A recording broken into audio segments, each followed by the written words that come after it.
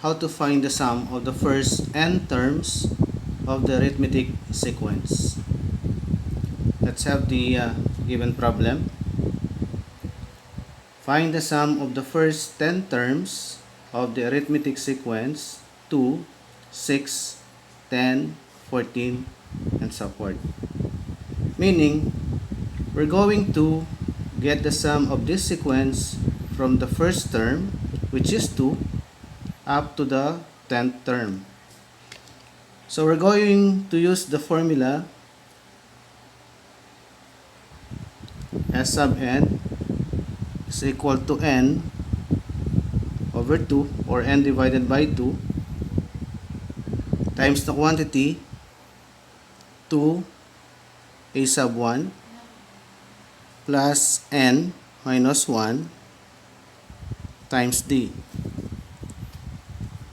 where n is the number of terms, a sub 1 is the first term, and d is our common difference.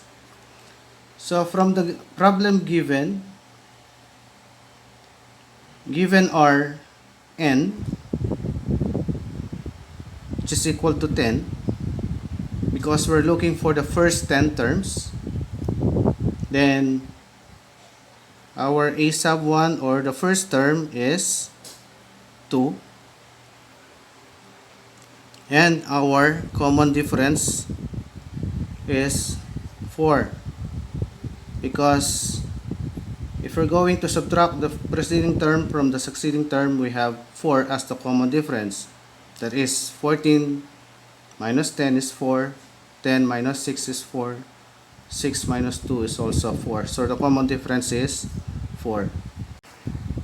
Let us now substitute or plug in the given values in our formula.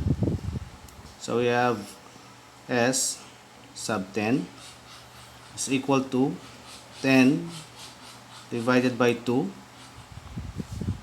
times the quantity 2 times 2 plus 10 minus 1 times 4.